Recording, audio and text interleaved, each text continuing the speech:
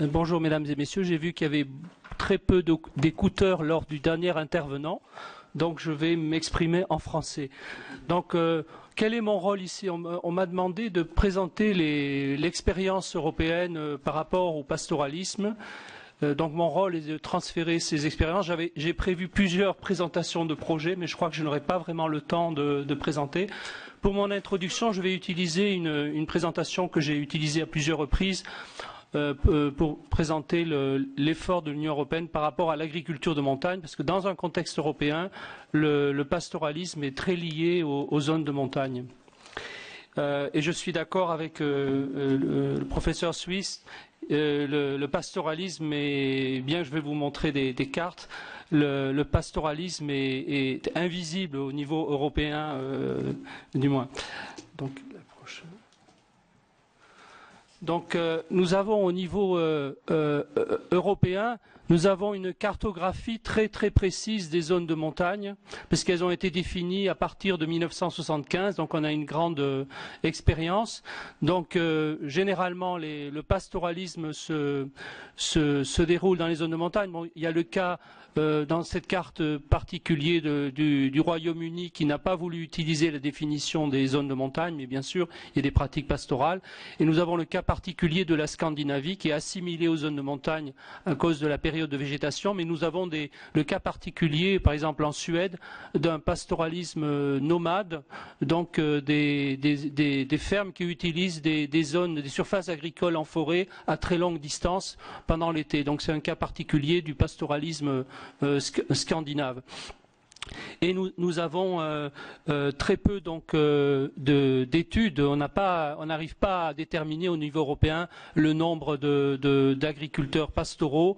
Donc ces études doivent être faites au niveau régional, voire local.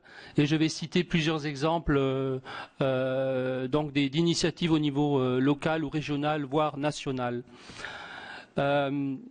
Aussi l'évolution, comme nous n'arrivons pas vraiment à cerner les pratiques pastorales, il est très difficile aussi d'analyser les évolutions. Donc on sait globalement que nous arrivons en Europe à maintenir dans les zones de montagne la surface agricole. Il y a bien sûr une réduction du nombre d'agriculteurs, mais ça ce sont des évolutions générales.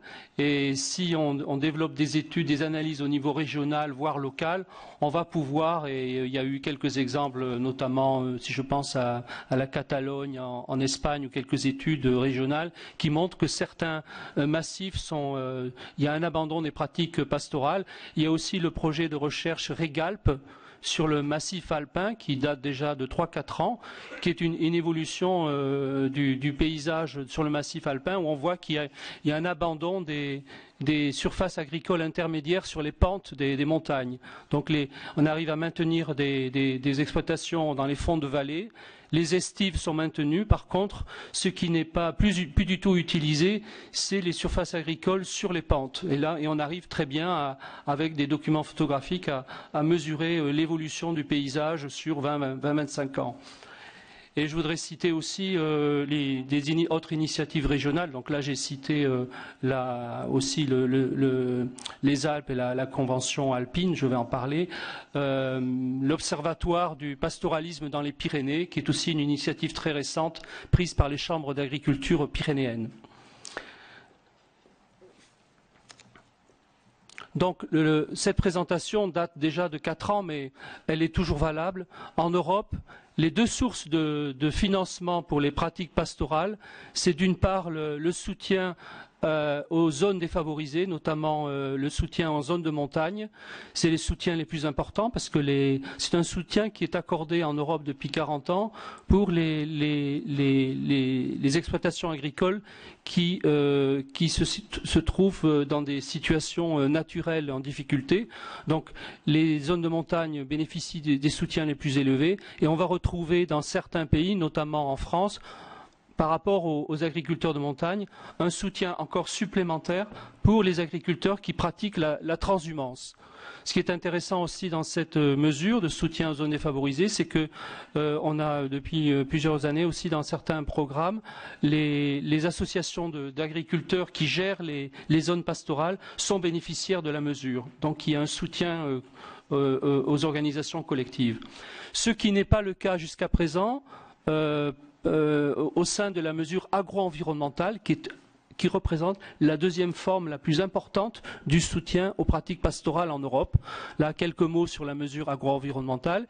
Il s'agit de soutenir les pratiques agricoles qui vont au-delà de ce qu'on appelle la baseline des normes environnementales qui s'appliquent à tous les agriculteurs. Lorsque dans une zone pastorale, on est obligé pour des raisons de protection de l'eau, du paysage ou de la biodiversité et suivant des plans de gestion d'avoir des pratiques renforcées à ce moment-là, on peut être bénéficiaire de la mesure agri-environnementale. Donc il y a énormément je n'ai plus le chiffre en tête, il doit y avoir plus d'une dizaine d'États membres qui utilisent, la plupart la plupart des massifs montagneux, on utilise la mesure agri-environnementale pour soutenir les pratiques pastorales. Alors une des limitations du système actuel, c'est que pour l'instant, ce soutien n'est accordé qu'à titre individuel. Et dans les nouvelles propositions de la Commission pour l'après 2013, on a introduit la possibilité d'avoir un soutien collectif. Il faut savoir que, par exemple, moi je suis français, en France, nous avons par décret des associations pastorales qui sont définies par la loi et les ensembles pastoraux sont gérés par ces associations pastorales qui pourront très bien bénéficier, ou tout autre groupement pourra bénéficier de ce soutien agro-environnemental. Je vois que j'ai plus que 5 minutes, donc je vais me limiter, je vais poursuivre ma présentation. Voilà, donc ce que je voulais dire aussi, donc j'ai prévu de présenter des projets très, très concrets, mais ce que je voulais dire, c'est que je voudrais citer plusieurs projets européens. Donc, premièrement, nous n'avons pas une politique européenne pour les montagnes, nous n'avons pas une politique européenne pour l'agriculture de montagne, mais le second pilier de la PAC, la politique de développement rural, a représenté la principale source de financement de l'agriculture pastorale depuis 40 ans et avec l'évolution du deuxième pilier. Il y a des initiatives au niveau national.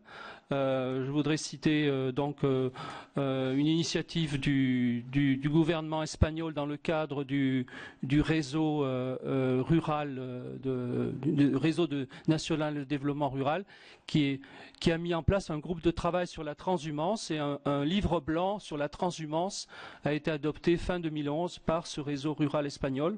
Donc ça peut être une référence pour vous en Europe. Le but de ce livre blanc est de renforcer l'image du pasteur, de faire reconnaître les chemins de transhumance au patrimoine de l'humanité. Donc il y a tout un travail de communication, de reconnaissance de l'importance culturelle et environnementale de la transhumance.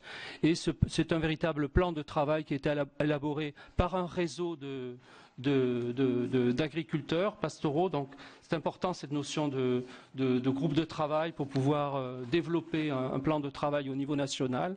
Donc je voudrais mentionner cette initiative au niveau du gouvernement espagnol. Une autre initiative qui a été financée par le Fonds européen de développement régional, c'est le réseau Pastomed, donc qui existe déjà depuis un certain nombre d'années, qui est une analyse des difficultés, de la situation du pastoralisme en Méditerranée. Vous allez trouver tous les rapports sur le site www.pastomed.org.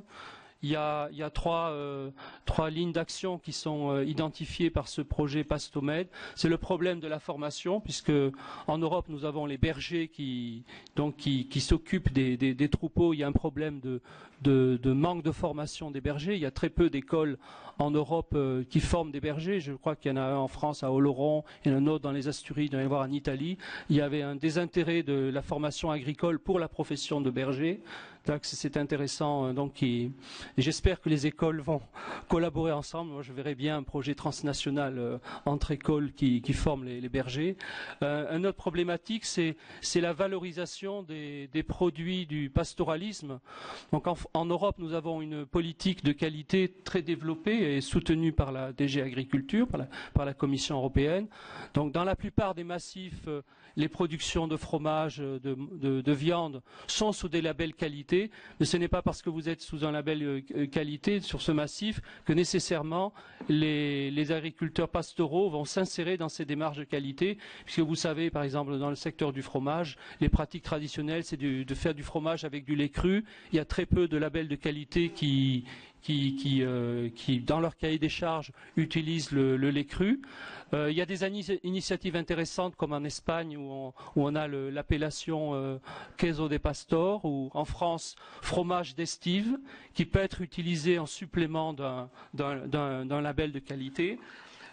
Une autre problématique en Europe, je ne vais pas parler des problèmes avec la législation, la santé animale, les règles d'hygiène, où il faut, bien sûr, ces législations sont nécessaires, mais doivent être adaptées aux pratiques pastorales. Je voudrais citer l'exemple de l'Autriche, qui a développé des guidelines pour adapter les règles d'hygiène à l'agriculture de montagne. Nous allons présenter cet exemple en avril lors d'une grande conférence sur la petite agriculture. Dans certains pays européens, on a eu des problèmes avec la législation européenne sur la santé animale, puisque vous avez des obligations de notification des autorités avant de faire les parcours. C'était des charges administratives assez grandes. Une des problématiques en Europe, c'est l'accès aux espaces pastoraux. Donc souvent, c'est des anciens sentiers, il n'y a plus de routes. Et c'est important d'avoir des soutiens pour maintenir ces infrastructures régionales, pour avoir accès aux espaces pastoraux. Comme je l'ai dit, il y a une évolution, un abandon des terres intermédiaires. Et c'est important aussi de collaborer avec les organismes forestiers, parce que souvent dans les zones de montagne en Europe, il y a une utilisation agricole, mais il y a aussi une utilisation forestière. Il devrait y avoir davantage de collaboration entre les ministères de l'Agriculture, les organisations agricoles et les organisations forestières. C'est une des conclusions d'une étude de 2003 sur les montagnes en Europe. Voilà, je suis obligé de m'arrêter là. Merci beaucoup.